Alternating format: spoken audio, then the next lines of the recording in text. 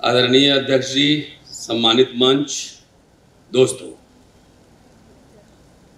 ज्यादा औपचारिकता में नहीं जाऊंगा, सीधे बात पे आता हूं।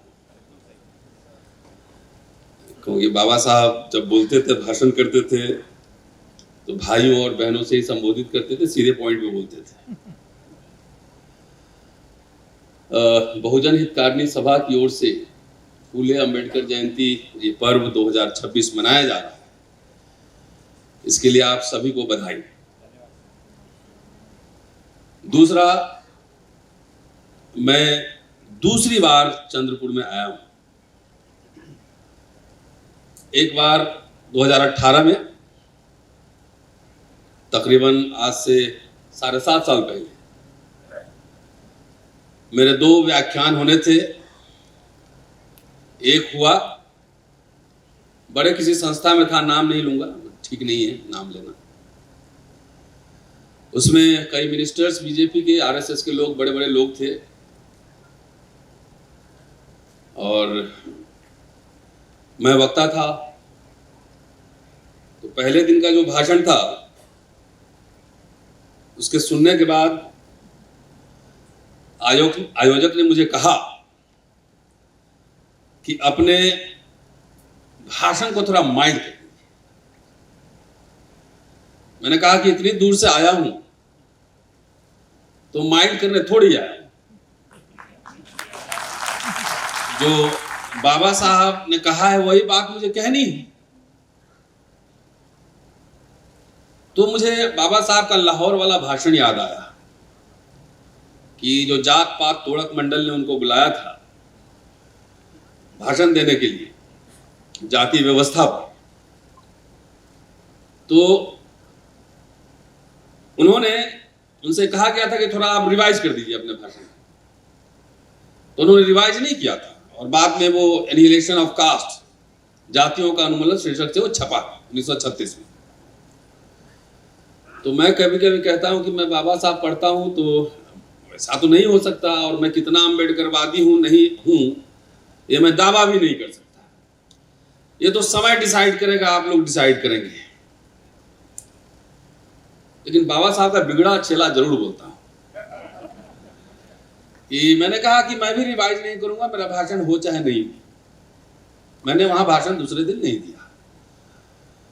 और ये भी मैंने अपने से प्रण किया कि उस संस्थान में कभी बोलने भी नहीं जाऊंगा। कि जहां पे बाबा साहब के विचारों के कट्टर विरोधी बैठे हैं, जो बाबा साहब के विचारों को दफन कर देना चाहते हैं, उससे खाली फंड लेने की और चंदा लेने के लिए अगर वो सर्वोपरि है तो इससे मंच पे मुझे नहीं रहना है। बहुत बढ़िया भाषण की। मैं तो मराठी नहीं समझ पाया, लेकिन उसका जो उसमें गर्मी थी, जो ताप था, टेम्परेचर था, वो समझ रहा था। और नागराले साहब ने बहुत बढ़िया भाषण किया, वो state and minority state socialism पे। उसमें कहने वाला था कि जो शेड्यूल कास्ट मैनिफेस्टो था, उसमें भी ये सारी बातें उन्होंने मैनिफेस्टो में डाला था। तो सवाल ये है कि मेरी इसी महीने हंस में एक लेख छपा है, लंबा लेख। हंस एक चर्चित मैगजीन है, दिल्ली से छपती है। उसमें academic journey of doctor Ambedkar की अकादमिक यात्रा। 1927 तक उनको पूरा डिग्री कंप्लीट करने में लगा, तकरीबन 14 वर्ष। अमेरिका से प्रोफेसर सेलिगमैन के साथ जो काम कर रहे थे, वो 26 या 27 में वो डिग्री मिली थी। तो मैंने कहा कि वो 14 साल वनवासी था, लेकिन अपने राजपाट के लिए नहीं। वो सदियों से, हजारों साल से दमित, शोषित, अपमानित जनता के अधिकार के लिए वो वनवास था, एकेडमिक वनवास था।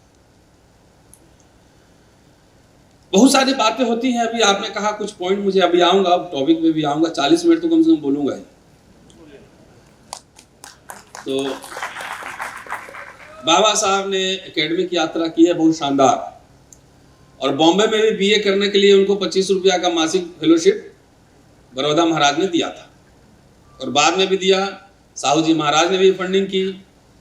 बाद में दोबारा बड़ौदा महाराज को उनके सुपरवाइजर सेलिगमैन ने लिखा कि अगर आप एक बार और इनको आप फंडिंग देते हैं तो ये बड़ौदा स्टेट के लिए सम्मान की बात होगी। देखिए, बाबा साहब के नाम पे मैं रोता नहीं, मैं भक्ति करता हूं। बाबा साहब को जिस दिन आप भगवान मान लिए उसी दिन आप उनको डिफीट कर दिए। वो एक इंसान है, इंसान की तरह देखिए, उनकी समीक्षा भी हो। तो रोने गाने का स्टोरी मेरे पास नहीं है। बाबा साहब के एफर्ट्स, आप 50 से लेकर 82 तक ले लो, 32 साल, 20 लाख कर्मचारी SC ST के तैयार हुए। कोई मजाक बात थी क्या? 1942 में एक नॉमिनेटेड ICS ऑफिसर था, एक सेंट्रल मिनिस्ट्री में ठेकेदार था, और 1982 में कोट टाई वाले लोगों की भरमार हो गई। कोई शानदार उपलब्धि नहीं थी। इन्हीं लोगों ने, इन्हीं नौकरी पेशा लोगों ने करोड़ों अरबों चंदा दिया। क्या दिया? बाबा साहब को मानते तो उनकी मानिए भी। बाबा साहब जिंदगी में जब उनका परिनिर्वाण हुआ, वो कर्जदार थे, और जब चंदा लेते थे एक एक पाई का हिसाब पब्लिक में देते थे। इस नौकरी पेशा मिडिल क्लास ने करोड़ों रुपए चंदा दिया, अरबों रुपए दिया। और मैं तो कई बार कहता हूं कि इन्होंने कुल्हाड़ी लेकर अपना पांव खुद ही काट लिया। कि बाबा साहब के आप पढ़िए, वही शेड्यूल कास्ट में, ये ग्रीवेंसेस ऑफ शेड्यूल कास्ट, शिक्षा और रोजगार हमारे समाज के लिए जीवन मरण का प्रश्न है। बार बार ये बात कह रहे हैं। इन दलित मिडिल क्लास ने शिक्षा और रोजगार के सवाल को गौण कर दिया।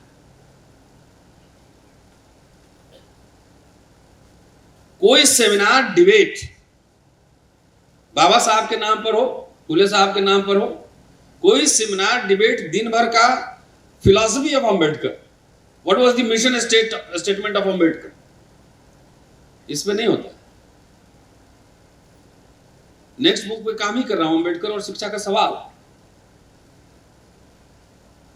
उन्होंने चंदा लेकर पाई पाई, और गोल में सम्मेलन में नवाबों और राजाओं से भी 1345 पाउंड चंदा लिए थे हॉस्टल खोलने के लिए महाराष्ट्र में।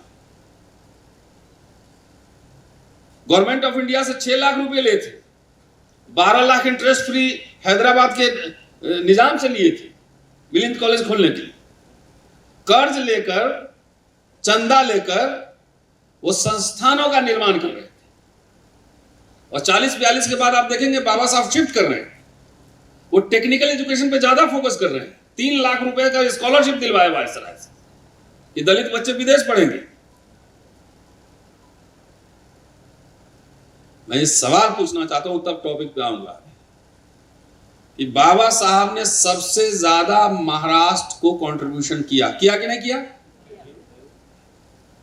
भाई रिजर्वेशन आया तो देश भर में गया, लेकिन सारी संस्थाओं का, पीपल्स एजुकेशन सोसाइटी हो, बुद्धिस्ट सोसाइटी ऑफ इंडिया हो, सिद्धार्थ कॉलेज हो, मिलिंद कॉलेज हो,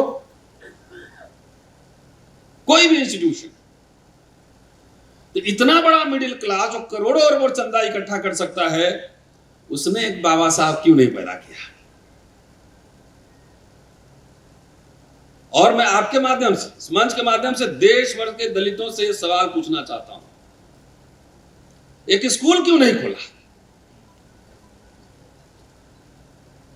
4 हॉस्टल बाबा साहब ने बनवाए थे कोल्हापुर में, और नाम मैं भूल रहा हूं, बहिष्कृत हितकारिणी सभा के लिए।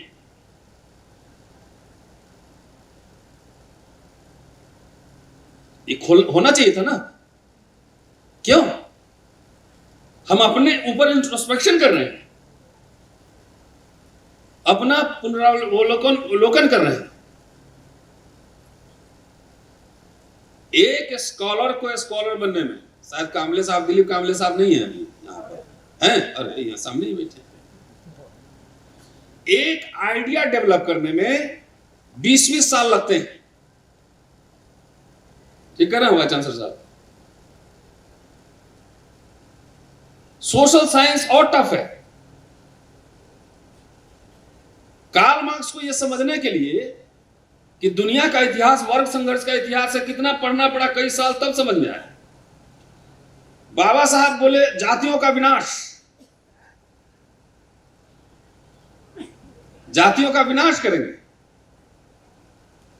बाबा साहब economics, sociology, history, political science ये पढ़े थे, लॉ पढ़े थे।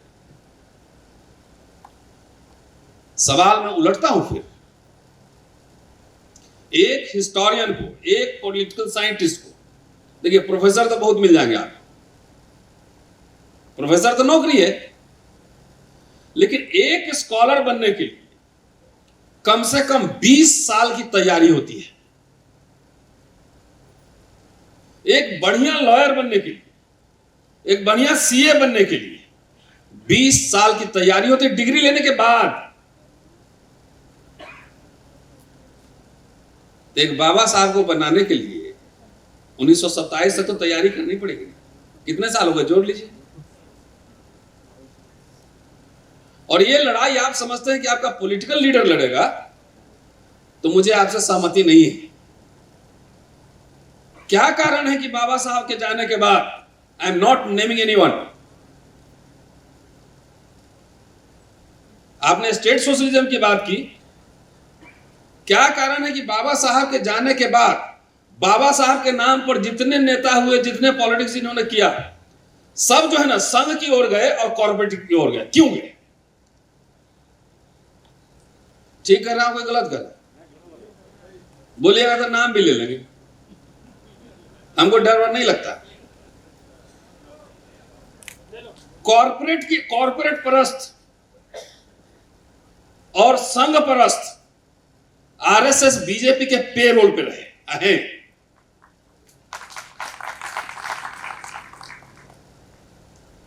सही है, गलत है साहब? एक नेता बताइए, दलित राजनीति समाजवाद की ओर जा सकता था, वामपंथ की ओर जा सकता था, सेंटर के पास रह सकता था, लेकिन कहां गया? क्या इन नेताओं को बाबा साहब की वो चेतावनी याद नहीं थी कि आरएसएस और हिंदू महासभा जैसे प्रतिक्रियावादी संगठनों, रिएक्शनरी ऑर्गेनाइजेशंस के साथ हमारा कोई समझौता नहीं होगा और हिंदू राष्ट्र अभिशाप होगा इस देश पर? क्या इन नेताओं को नहीं पता था? बाबा साहब को नहीं पड़ा था ये बात? मैं अंबेडकरिज्म का स्टूडेंट नहीं हूं, मैं पॉलिटिकल साइंटिस्ट नहीं हूं, और इसके लिए जिम्मेदार आप लोग भी हैं कि आप लोग अपने पांव से कुल्हाड़ी लेके अपना पांव काट रहे हैं। मैं आप लोग का मतलब सिर्फ हॉल के लोगों को नहीं एड्रेस कर रहा हूं, the entire this middle class, क्योंकि आप लोग जात जात के नाम पे उन्हीं को वोट देते हैं।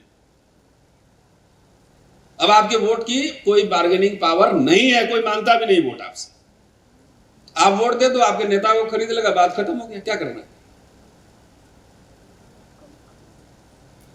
एक बेसिक बात समझने की, जो बाबा साहब का कोर आइडिया है। बाबा साहब क्या हिंदू राष्ट्र की वकालत कर रहे थे कि सेकुलर राष्ट्र चाहते थे? इतना बात मुझे कोई समझा दे। आपका हित, अभी आ रहा हूं, उसी पॉइंट पे आ रहा हूं, कहां सुरक्षित है? बोले कि रिजर्वेशन बाबा साहब लिख के गए इसीलिए मिल रहा है। ये क्या बात पूरी तरह सही है?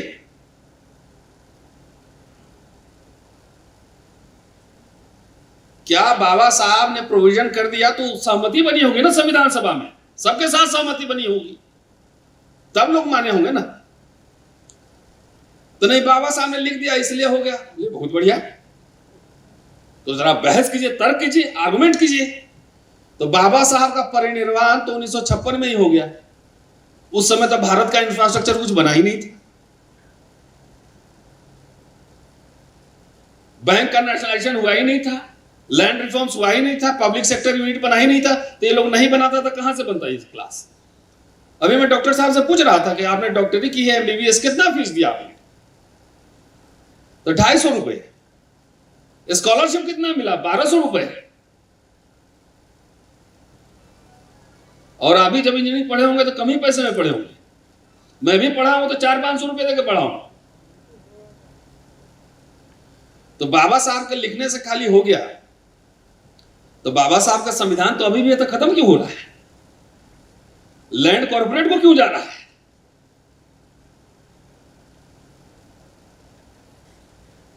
ये सवाल नहीं पूछेंगे। एजुकेशन महंगा क्यों हो रहा है, सरकारी नौकरी खत्म क्यों हो रही है। ये तमाम सवाल है जो आपको अपने आप से और अपने नेताओं से जरूर पूछना चाहिए। ये इनिशियल रिमार्क है। उसके बाद जो आधा है इधर एपिस्टीन फाइल और संवैधानिक लोकशाही और स्त्री मुक्ति का सवाल, यही ना आह्वान। तो एपिस्टीन फाइल क्या है ना, सब लोग सोशल मीडिया के जमाने में जानते हैं। दुनिया के अय्यासों का दस्तावेज है, एक लाइन, दुनिया के अय्यासों का, और उससे बाप सबने पढ़ा होगा। बड़े बड़े नाम है हमारे देश के भी उद्योगपति और नेताओं के नाम है एपिस्टीन फाइल में, और दुनिया के कई देशों के सुल्तान और राजा और प्रिंस और किंग और इंडस्ट्रियलिस्ट सबके नाम है।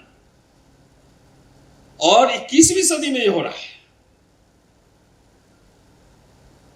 जो कि मॉडर्न डेमोक्रेटिक सेटअप है, इसमें ये हो रहा है। और क्या देखिएगा आप, वीडियोस देखिए, उसमें जो सोशल मीडिया पे हमारे पास वही इंफॉर्मेशन है, छोटी छोटी बच्चियां हैं, हैवानियत है। मतलब शरीर एक वस्तु है, ये पूंजीवाद के साथ पूरा पैकेज में आया है। और इसी के बीच देखिए ईरान के साथ युद्ध छेड़ दिया कि कोई इसमें चर्चा ना हो। नेक्सस देखिए ना, हमारे प्रधानमंत्री जी को धमकाता है मोदी बार बार, पॉलिटिकल करियर खराब कर देंगे। सिंगूर हमने करवाया, वहां पे समझौता करवाया, प्रधानमंत्री चुप्पी है। यह सब घटना नहीं, संकेत है नेक्सस का। अरे आप हमारे देश ही में कितना फाइल चल रहा है अभी, देखिए आपके यहाँ एक खरात है अभी, अशोक खरात हो, तो कम से कम उसके साथ जो महिलाएं दिख रही एडल्ट है, और कह रही है कि भाई कई सहमति के साथ उनके पास भी। अब सोशल मीडिया की खबर है, हमारे पास मराठी में जानता नहीं इसलिए पढ़ नहीं पाया, बाकी डिटेल्स आप लोग बताएंगे। धर्म के नाम पे हो रहा है ना, धर्म के नाम पर बाबा लोग का अभी चांदी चल रहा है। जितने इस तरह के सेक्सुअल हैरेसमेंट के केस में आ रहे हैं, जाके उठा के देखिए सबका रिश्ता कहां से जुड़ा हुआ है। अरे वो छोड़िए, हमारे देश में 6ठी शताब्दी से देवदासी सिस्टम है, वो क्या है? लब्बो लुआब ये है, आप गूगल करिएगा सब इंफॉर्मेशन मिल जाएगा। आजकल गूगल पे वाइस चांसलर साहब की कृपा से सब कुछ अवेलेबल है, टेक्नोक्रेट है ना, टेक्नोलॉजी देते हैं, हम लोग इस्तेमाल कर लेते हैं। हरम हुआ करते थे, राजे रजवाड़े, क्या होता था एवरीबॉडी नोज दैट। और मैं आ रहा हूं पॉइंट पे कि आखिर वो टकराव कहां पे हो रहा है। हिंदू कोड बिल मुसलमान महिला के बारे में,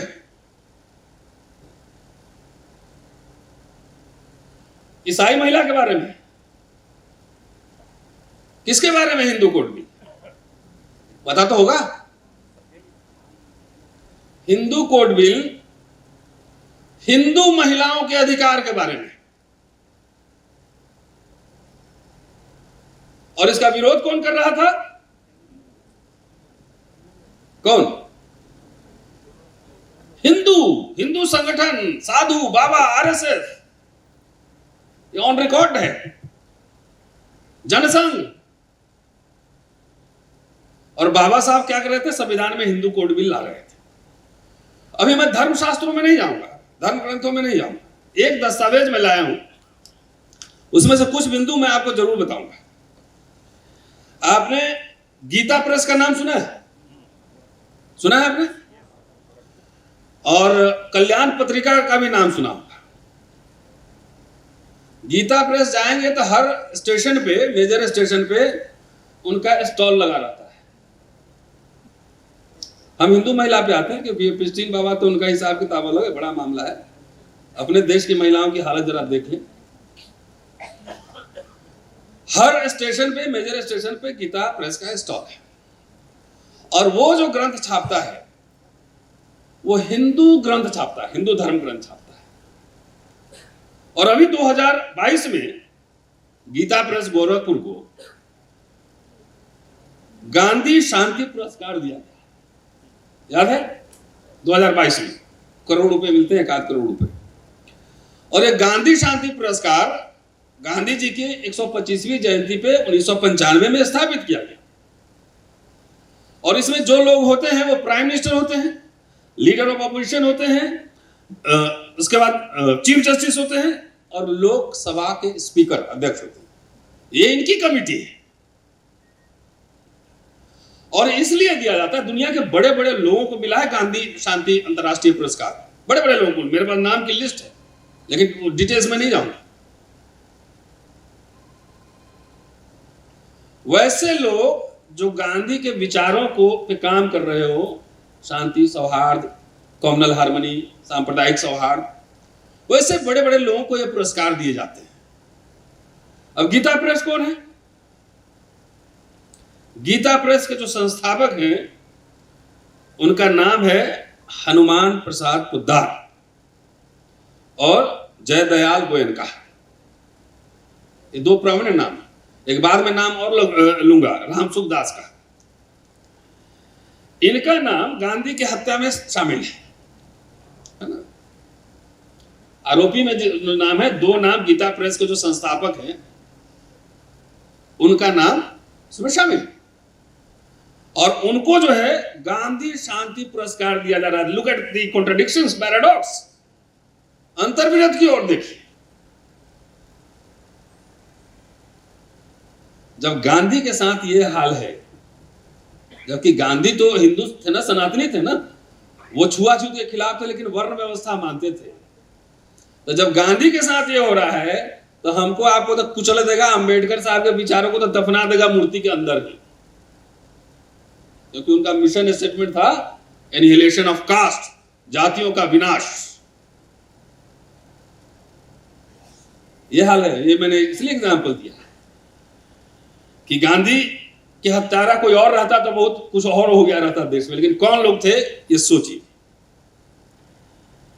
वही नहीं, 22 दिसंबर 1949 को 11 बजे रात में बाबरी मस्जिद में राम लल्ला की मूर्तियां अचानक प्रकट हो गई थी, आजादी के तुरंत बाद।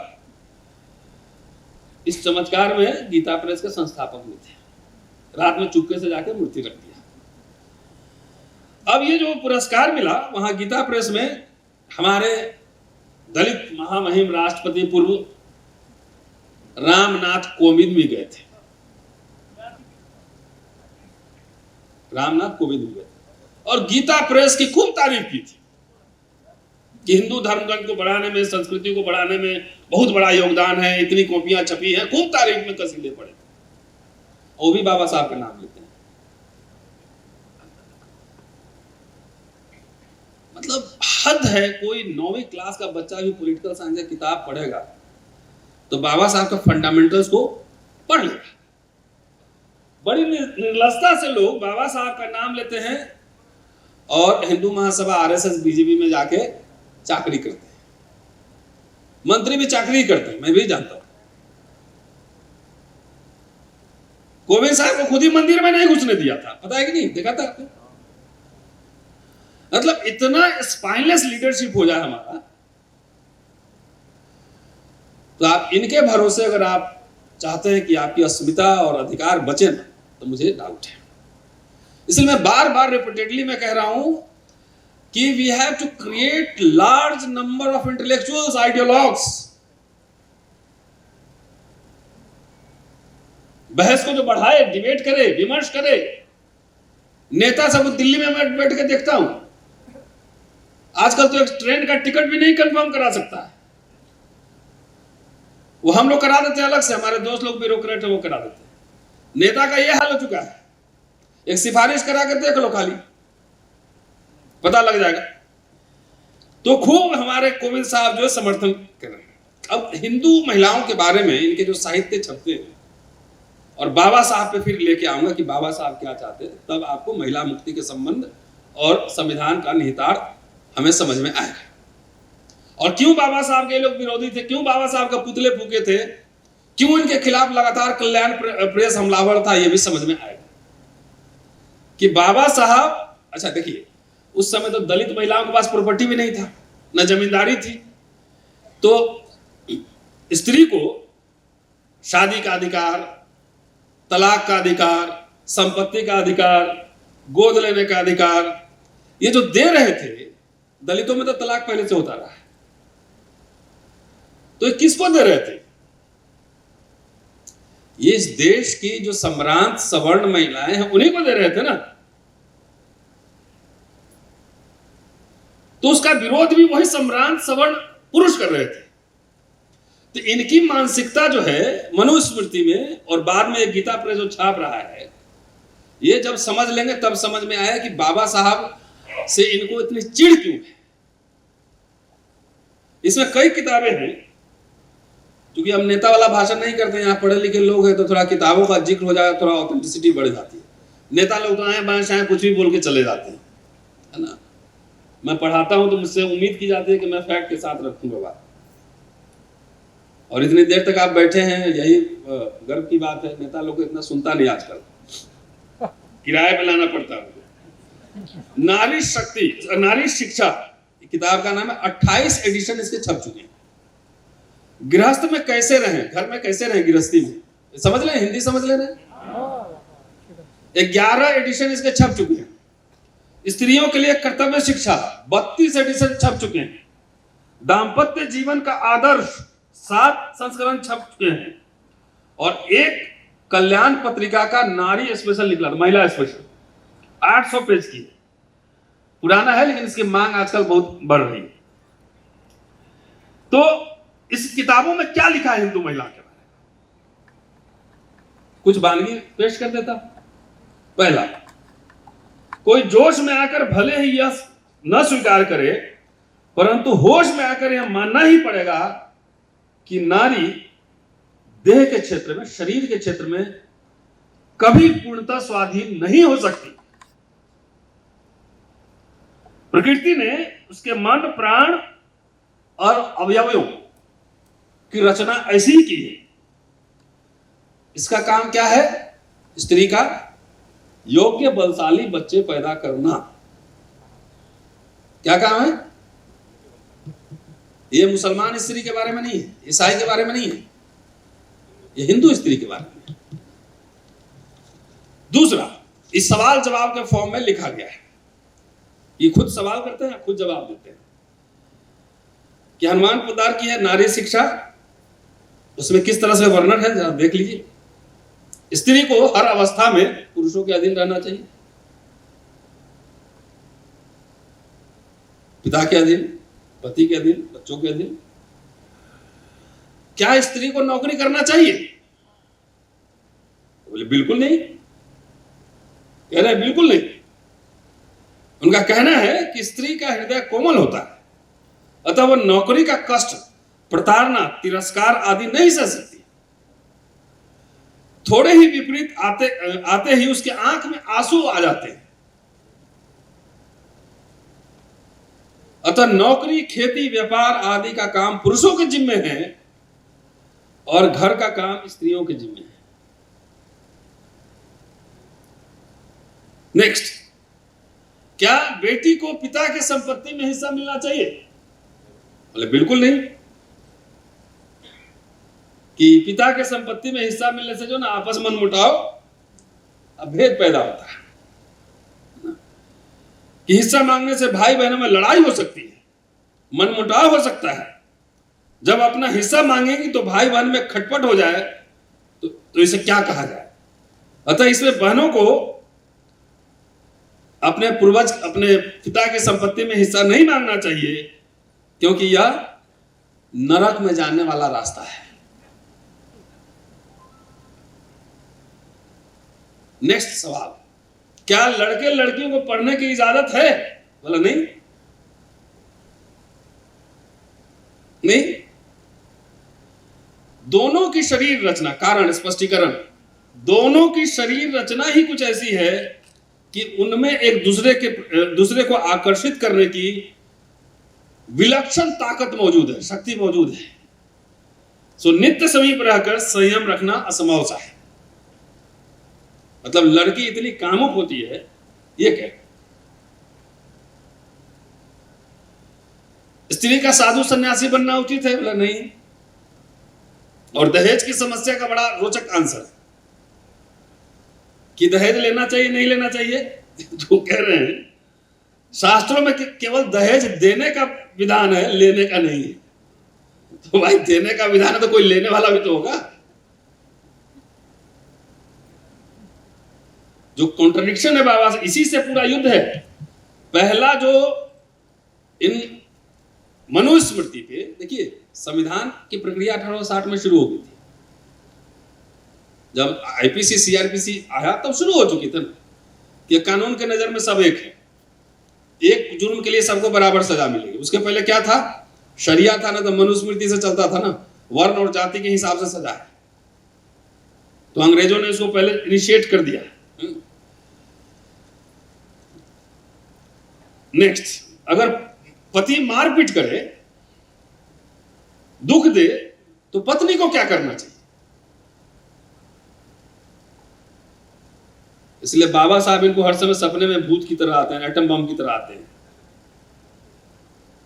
पत्नी को तो यही समझना चाहिए कि मेरे पूर्व जन्म का कोई बदला है, कोई ऋण है जो इस रूप में चुकाया जा रहा है, अतः मेरे पाप ही कट रहे हैं और मैं शुद्ध हो रही हूं। अगर मायके वालों को पता लगने पर क्या वो घर ले जा सकते हैं? ले जा सकते हैं, क्योंकि उन्होंने मारपीट के लिए कन्या थोड़ी दी थी। अगर मायके वाले खामोश रहे तो इसका भी जवाब है। तो क्या करें? तो फिर उसे पुराने कर्मों का फल भोग लेना चाहिए, मतलब पिटाते रहना चाहिए। इसके सिवाय बेचारी कर क्या सकती है? उसे पति की मारपीट धैर्यपूर्वक सह लेनी चाहिए। सहने से पाप कट जाएंगे और आगे संभव है कि पति स्नेह भी करने लगे। मतलब पति से पिटाना आपका पाप कर्म पिछले जन्म का है, उससे छुटकारा पाना है। ये लड़की को एक बात और ध्यान रखनी चाहिए, वो अपने दुख की बात किसी भी ना कहे, नहीं तो उसकी बेइज्जती होगी, उस पर ही आफत आएगी और उसे रात दिन रहना है वहीं अशांति हो जाएगी। अगर इसके बाद भी पति त्याग करे तो उस उत्तर, वह स्त्री पिता के घर रहे, पिता के घर पर रहना ना हो सके तो ससुराल अथवा मायके के नजदीक किराए का कमरा लेकर रहे और मर्यादा, संयम, ब्रह्मचर्य पूर्वक अपने धर्म का पालन करे और भगवान का भजन स्मरण करे। ये महिलाओं के बारे में है। अगर हालत बहुत खराब हो जाए तो स्त्री पुनर्विवाह कर सकती है क्या? नो, माता पिता ने कन्यादान तो कर दिया है, अब कन्या वो रही नहीं, अतः उसका पुनः दान कैसे हो सकता है? अब उसका विवाह करना तो पशु धर्म है। लेकिन पुरुषों के दूसरे विवाह करने पे प्रतिबंध नहीं है। अगर पहली स्त्री से संतान न हो तो पितृ ऋण से मुक्ति के लिए, संतान उत्पत्ति के लिए पति दूसरी शादी कर सकता है। अब पता नहीं दूसरी शादी करने पर भी पितृ ऋण से मुक्ति मिलेगी कि नहीं मिलेगी, कौन जानता है। ऑफ स्प्रिंग का होना, बच्चा का होना सिर्फ औरत पे थोड़ी डिपेंड करता है। और स्त्री को भी चाहिए कि वह पितृ ऋण से मुक्त होने के लिए पुनर्विवाह की इजाजत दे दे पति। स्त्री को पुनर्विवाह की आदत नहीं है, क्योंकि स्त्री पर पितृ ऋण का कोई ऋण नहीं। शारीरिक दृष्टि से देखा जाए तो स्त्री में काम शक्ति को रोकने की ताकत है, एक मनोबल है, अतः स्त्री जाति को चाहिए कि पुनर्विवाह न करे, ब्रह्मचर्य का पालन संयम पूर्वक करे। आगे, गर्भपात महापाप से दुगुना पाप है। जैसे ब्रह्म हत्या महापाप है, ऐसे ही गर्भपात महापाप है। अगर स्त्री को जान का खतरा है तो भी इसकी अनुमति नहीं दी जा सकती। गीता प्रेस ने छापा है, मैंने तो नहीं छापा। फिर कोई स्त्री गर्भपात करा ले तो इसके लिए शास्त्र ने आज्ञा दी है कि उस स्त्री को का सदा के लिए त्याग कर देना चाहिए। बलात्कार के संबंध में बहुत ही अजीब तरह का आर्गुमेंट है कि यदि कोई विवाहित स्त्री से बलात्कार करे और गर्भ रह जाए तो स्वामी रामसुख दास जी फरमाते हैं जहां तक बन सके स्त्री को चुप रहना ही बढ़िया है। पति को भी पता लग जाए तो उसको भी चुप रहना चाहिए। इसी तरह के बहुत सती के बारे में, सती का आइडियलाइजेशन है। अब एक बात बताइए, इतना काफी है, इतना फैक्ट्स। अब एक बात बताइए, ये हिंदू कोड बिल 1939 से शुरू हो गया था और बाबा साहब ओवर इंथुजियास्टिक थे, अति उत्साहित थे कि हिंदू बिल हम पास हो जाएगा, लेकिन पास हुआ नहीं। क्या कई बार मैं इतिहास पढ़ाता हूं तो समीक्षा भी करता हूं कि बाबा साहब ने अति उत्साह में 2 कदम ज्यादा ही उठा लिए। क्या हिंदू महिलाओं ने जो उस समय पार्लियामेंट के अंदर थी या जो एलीट पढ़ी लिखी थी, क्या उन्होंने बाबा साहब का साथ दिया? एक सवाल तो बनता है ना, आपके अधिकार के लिए लड़ रहे हैं तो आप हमको साथ देंगे ना। 5 हिंदू कोड बिल में क्या था? संपत्ति का अधिकार, मोटा मोटी बता रहा हूं, तलाक का अधिकार महिलाओं को भी, विवाह एवं गोद लेने के लिए जातीय बंधन नहीं, और एक पत्नी की व्यवस्था, यही था। और इस पे आरएसएस और जनसंघ ने, हिंदू महासभा ने बाबा साहब का और नेहरू का जबरदस्त विरोध किया। नेहरू को चूंकि कैबिनेट चलाना था, सरकार चलाना था, वो थोड़ा समझौता के मूड में थे, लेकिन बाबा साहब अग्रेसिव थे। बाबा साहब ने इस्तीफा दे दिया नेहरू कैबिनेट से। 5 कारण बताए थे, उसमें से एक कारण यह भी था। वैसे बाबा साहब इस्तीफा नहीं देते तो ज्यादा अच्छा रहता, ऐसा मैं मानता हूं व्यक्तिगत रूप से, ऐसा मैं मानता हूं। उसमें मेरे अपनी समझ, अपने सोच है, कभी बाद में उस पर बोलूं। बाबा साहब लिख रहे हैं कि स्त्री के बारे में उन्होंने विस्तार से लिखा है कि दुख की बात यह है, खेद है कि पुरुष होने के बावजूद मैं उनके अधिकारों के लिए लड़ा, लेकिन महिलाओं ने क्यों थोड़ी भी उत्सुकता नहीं दिखाई, यह मेरी बात समझ में नहीं है। इस बिल का समर्थन करने की बात तो दूर, कुछ महिलाओं ने मुझसे मिलकर यह बताने की कोशिश की कि यह बिल अच्छा नहीं है।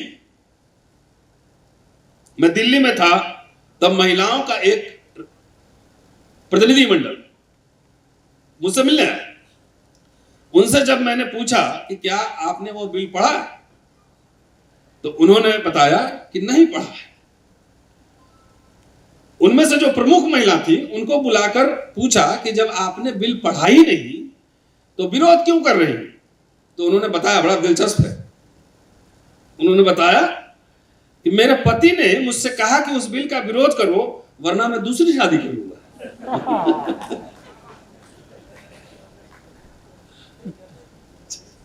इसलिए सौत को सहने से मेरे लिए यही बेहतर है कि मैं इस बिल का विरोध करूं। लेकिन यह महिलाओं की मानसिक दुर्बलता है, इसी दुर्बलता के कारण यह बिल मंजूर नहीं हो पाया। महिलाओं में ताकत होती तो यह बिल मंजूर हो जाता।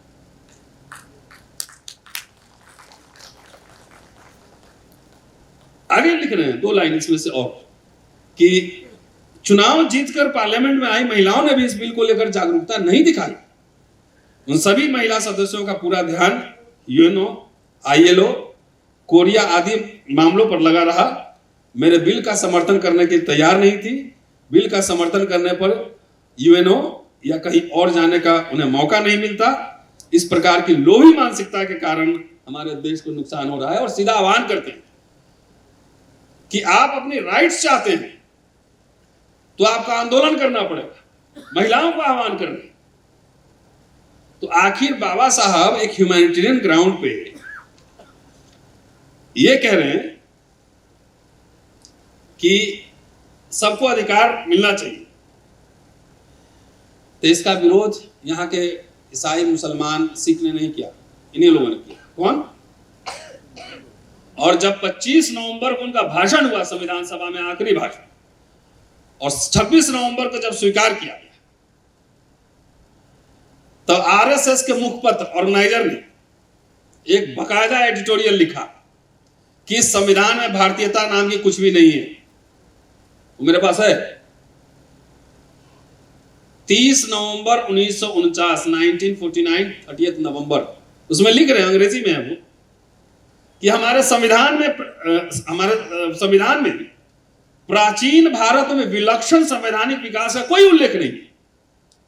मनु की विधि स्पार्टा के लाइकरगुस या पर्सिया के सुलोन से बहुत पहले लिखी गई थी। आज तक इस विधि को, जो मनुस्मृति में उल्लिखित है, विश्व भर में सराहना की जाती रही है और यह स्वतः स्फूर्त धार्मिक नियम पालन तथा समानुरूपता पैदा करती है। लेकिन हमारे संवैधानिक पंडितों के लिए उसका कोई अर्थ नहीं। आरएसएस चाहता है मनुस्मृति लागू, तो मैंने इसलिए मनुस्मृति का प्रावधान पढ़ के सुनाया। दलितों के बारे में नहीं सुनाया, महिलाओं के बारे में सुनाया। दलितों के बारे में कोई इंटरेस्टिंग सब मेरे पास है, सब कि क्या क्या, कैसे शूद्रों को कैसे रहना चाहिए। इनके महाराष्ट्र में सावरकर साहब का स्टेटमेंट सुनिए जरा।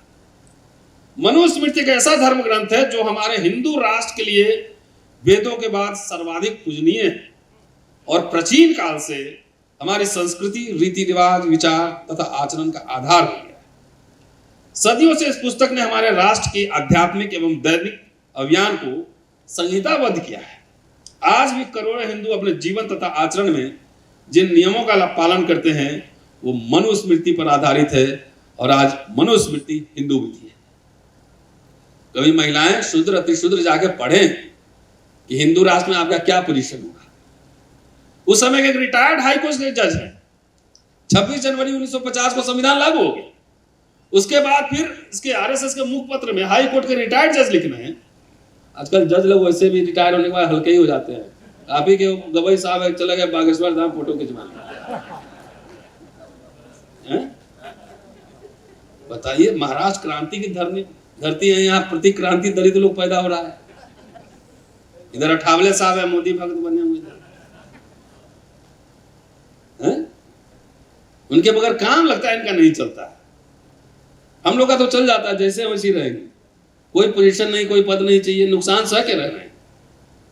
जो लेजिटिमेट राइट है उसमें भी अटैक है, लेकिन तब भी समझौते नहीं हो। जूता चल गया लेकिन कोई ये नहीं, अब सीधे जाके बागेश्वर, बताइए हम लोग से मिलते तो उनका कद ज्यादा बढ़ जाता कि दलित इंटेलेक्चुअल सबसे मिल रहे हैं। ये पाखंडी ठग सबके साथ जाके हमारे गवई साहब फोटो खिंचवा रहे हैं। ये गर्व शर्म की बात है।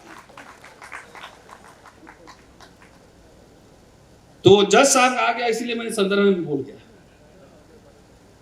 जज साहब का नाम है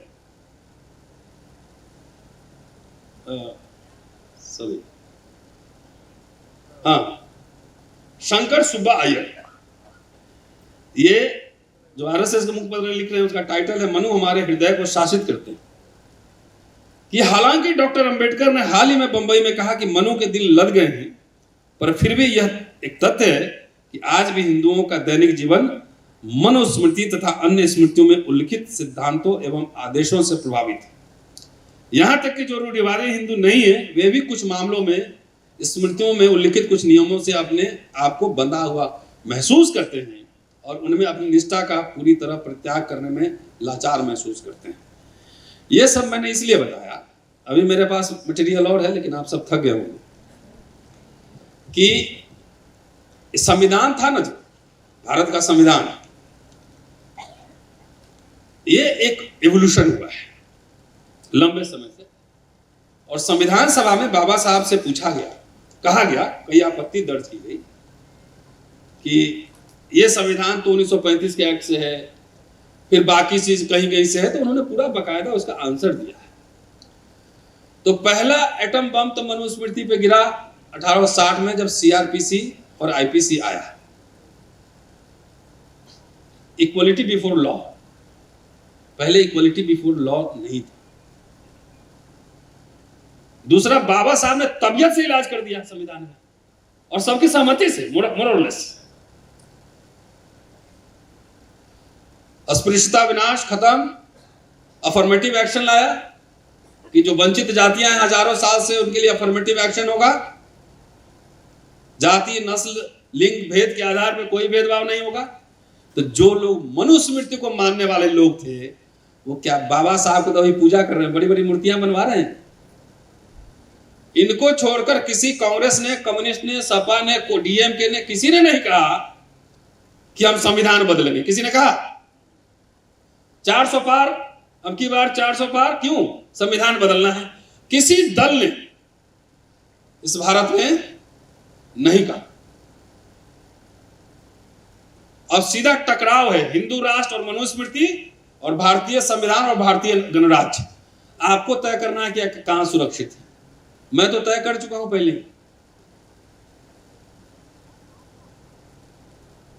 मैं पहले ही तय कर चुका हूं। So you have to decide where you have to stay. आप मनुस्मृति के साथ रहेंगे, हिंदू राष्ट्र के साथ रहेंगे, कि संविधान के साथ रहेंगे और भारतीय गणराज्य के साथ रहेंगे? यह सबसे यक्ष प्रश्न है। और इसलिए संविधान का महिला मुक्ति में मतलब है जो मैंने आपको बताया कि पहले संविधान के आने से पहले महिलाएं समान नहीं मानी जाती थी, तरह तरह के प्रतिबंध थे, लेकिन संविधान ने उनको मुक्त वातावरण दिया, आजादी दी, और उसी को पुनः खत्म करने की कोशिश हो रही है। लेकिन हमारे लोगों को समझ में नहीं आ रहा। हिंदू राष्ट्र में कैसे लोग रहेंगे, मनुस्मृति वाले में, उसका प्रमाण हमने दे दिया, ऐसे ही रहना पड़ेगा। नो, देखिए शिक्षा महंगा कर दिया। अब इस बाबा लोग भी रोज मनुस्मृति के पक्ष में भाषण दे रहा है, कोई एक्शन नहीं हो रहा है। संविधान की प्रतियां संसद मार्ग पर जलाई गई, कोई एक्शन नहीं हुआ। मैं कुछ बोल दूंगा तो भावना आहत हो जाती है, तो आपकी भावना का ठेका हमने नहीं लिया है, सॉरी। खुलेआम चुनौती दी जा रही, भारतीय धर्म संसद हो रहे हैं, खुलेआम चुनौती दी जा रही है भारतीय संविधान गणराज्य को, और उस पर हमारे नेताओं का, समाज का कोई रिएक्शन नहीं है। हम लोग रिएक्शन देते हैं तो उसका कॉस्ट पे कर रहे हैं, कॉस्ट पे करते हैं। आपको बताएंगे नहीं क्या क्या कॉस्ट है, लेकिन घबराने का नहीं। दो ही तरह के लोग होते हैं, एक जीते जी मरने की तैयारी करते हैं और एक मरने के बाद जिंदा रहने की तैयारी करते हैं। तो हमारा नाम भगोड़ों में नहीं लिखा जाएगा, है ना। अब तो दुनिया में डिजिटल वर्ल्ड हो गया ना, मेरी किताबें भी धड़ाधड़ छप रही हैं, वीडियो बन रहे हैं, सब जा ही रहे हैं।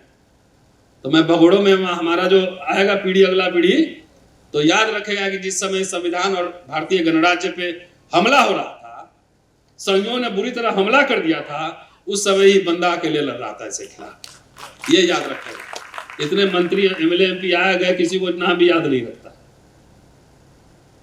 खुलेआम ये मतलब चुनौती है भारतीय गणराज्य, और बाबा साहब के नाम लेकर उनके शत्रुओं के साथ बेशर्मी से हमारे नेता खड़े होते हैं। ये उससे बड़ी चुनौती है। इसलिए हम सिविल सोसाइटी से आपसे अपील करते हैं। बाबा साहब ने कहा था, रोना गाना छोड़िए, चंदा इकट्ठा कीजिए, आस पड़ोस के कोई तेज तरार बच्चा, उसको पढ़ाइए।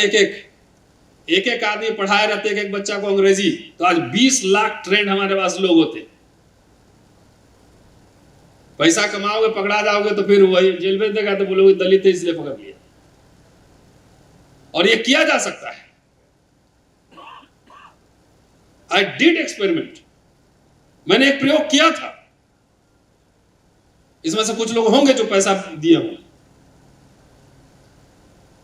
सीधे डिजिटल अकाउंट में स्टूडेंट का अकाउंट डालिए, अपने पास नहीं रखना है। डिजिटल अकाउंट क्रिएट किया कि ये लड़का है, इसको पैसे की जरूरत है, लंदन पढ़ना है। लोगों ने 25 लाख रुपए कंट्रीब्यूट कर दिए। इसको जर्मनी पढ़ना 16 लाख कंट्रीब्यूट कर दिया। इसको कलकत्ता पढ़ना 5.5 लाख कंट्रीब्यूट कर दिया। तो इंडिविजुअल एक्सपेरिमेंट करके कर सकता है, तो इतने बड़े बड़े संगठन चल रहे हैं बाबा साहब के नाम पर, इंस्टीट्यूशंस नहीं बन रहे हैं, साइंटिफिक टेम्परामेंट नहीं डेवलप हो रहा है। हम इतने भाषण में कभी हम नहीं सुने किसी दलित को बोलते हो कि स्टेट एंड माइनॉरिटी, नहीं सुनते। स्टेट सोशलिज्म में कोई जानता भी नहीं होगा। शेड्यूल कास्ट फेडरेशन मैनिफेस्टो पढ़ा भी नहीं होगा ठीक से। खाली बाबा साहब ने ये कहा था, बाबा साहब ने वो कहा था, उसको कॉन्टेक्चुअलाइज करिए ना अपने वर्तमान समय। उन्होंने पूरे इंस्टीट्यूशन क्रिएट किया, फंड जनरेट किया, और उसका लाभ सबसे ज्यादा अभी लोगों को मिला। यहां तो सबको दिलचस्पी है खाली इलेक्शन लड़ने में, पॉलिटिक्स करने में। मुझे पता है महाराष्ट्र के बारे में, 2 आदमी मिलकर 3 पार्टी बनाता है, और चीता बाघ का फोटो भी लगा देगा इससे पूरा। एक अकेले अकेले बनाता है, कॉमन मिनिमम मिलकर बनाता है। अरे पूरे दलित समाज इकट्ठा भी वोट कर दोगे ना पूरा, तब भी 10 MP जिताना मुश्किल है। इसलिए सबसे इंपॉर्टेंट है एजेंडा सेट कीजिए। जब तक आपके वोट की कीमत थी तब तक आपको कुछ कुछ मिल रहा था, नहीं मिल रहा था। फ्रीशिप, फेलोशिप, स्कॉलरशिप, पढ़ाई, नौकरी, पेंशन। अब पेंशन मिल रहा है,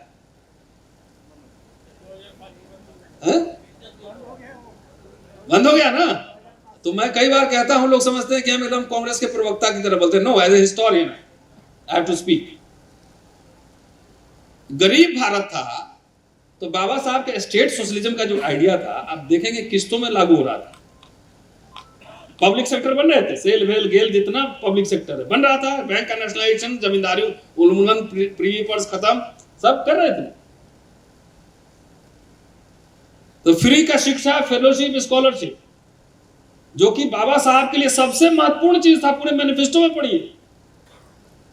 ये गवर्नर जनरल कह रहे हैं कि भाई हमारे बच्चों को फेलोशिप दो।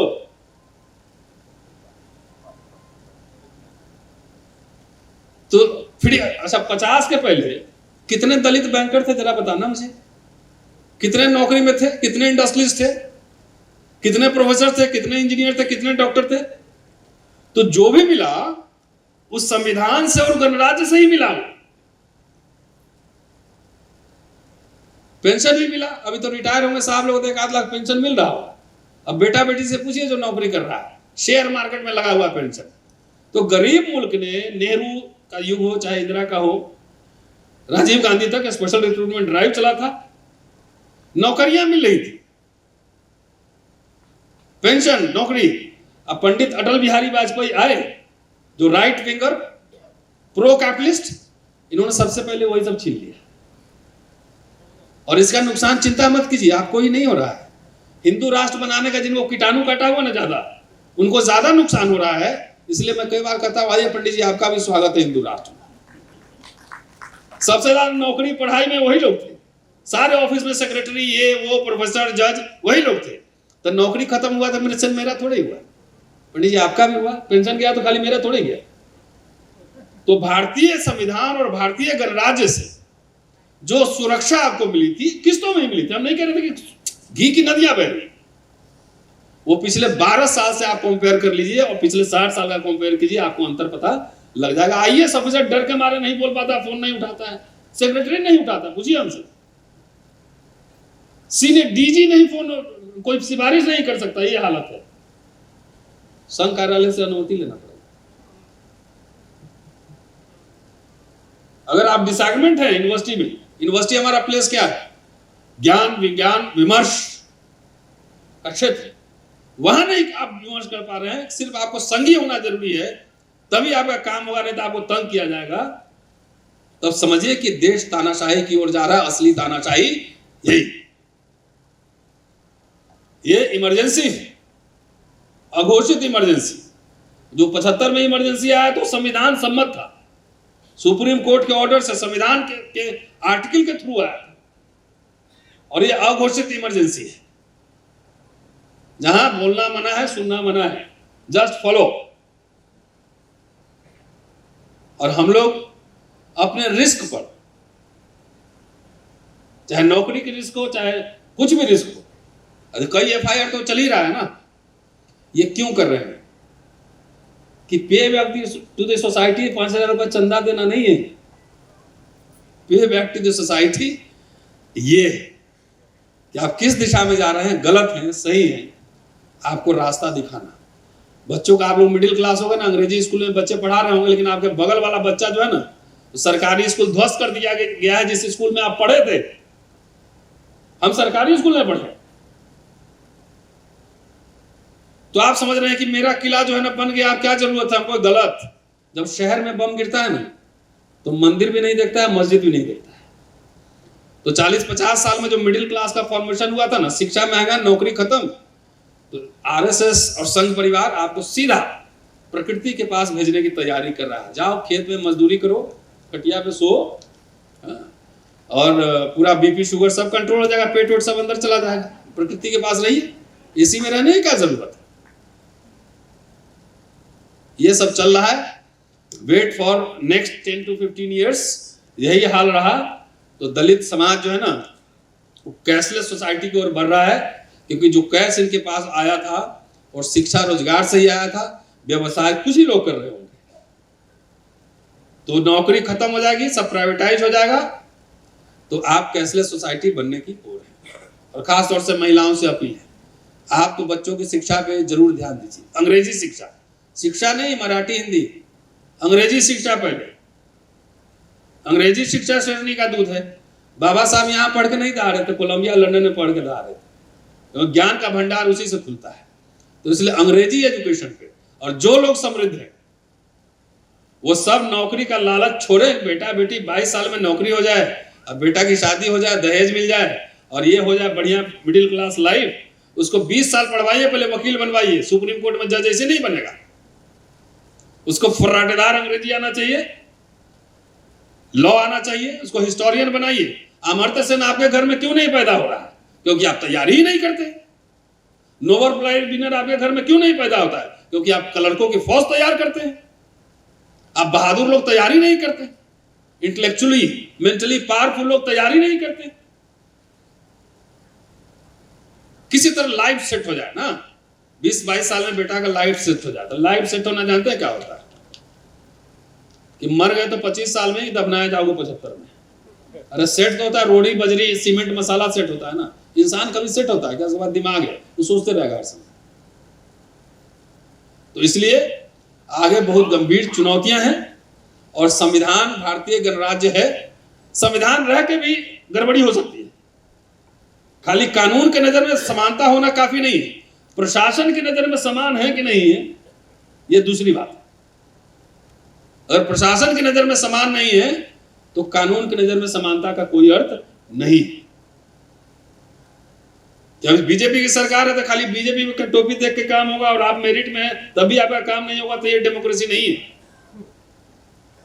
तो डेमोक्रेसी पे भी भयंकर खतरा है, लोकशाही पे खतरा है, संविधान पे खतरा है। हम नहीं कर रहे, यही लोग कह रहा है 400 पार संविधान बदलेगा, यही लोग कह रहा है। इसीलिए हम आगाह करने आए।